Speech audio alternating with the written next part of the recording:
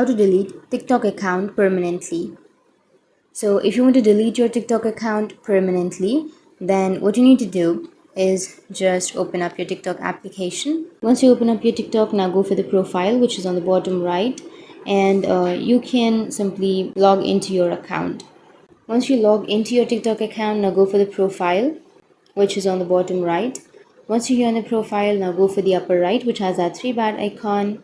Tap on settings and privacy, and then go for the account option, which is on the first, and tap on deactivate or delete account, and then tap on delete account permanently, and tap on a reason why you would like to delete your account, and then tap on continue. And if you want to request any data that you would like to download, then you can simply tap on request download, or you can simply go for continue, which is on the bottom of your screen, and tap on continue again.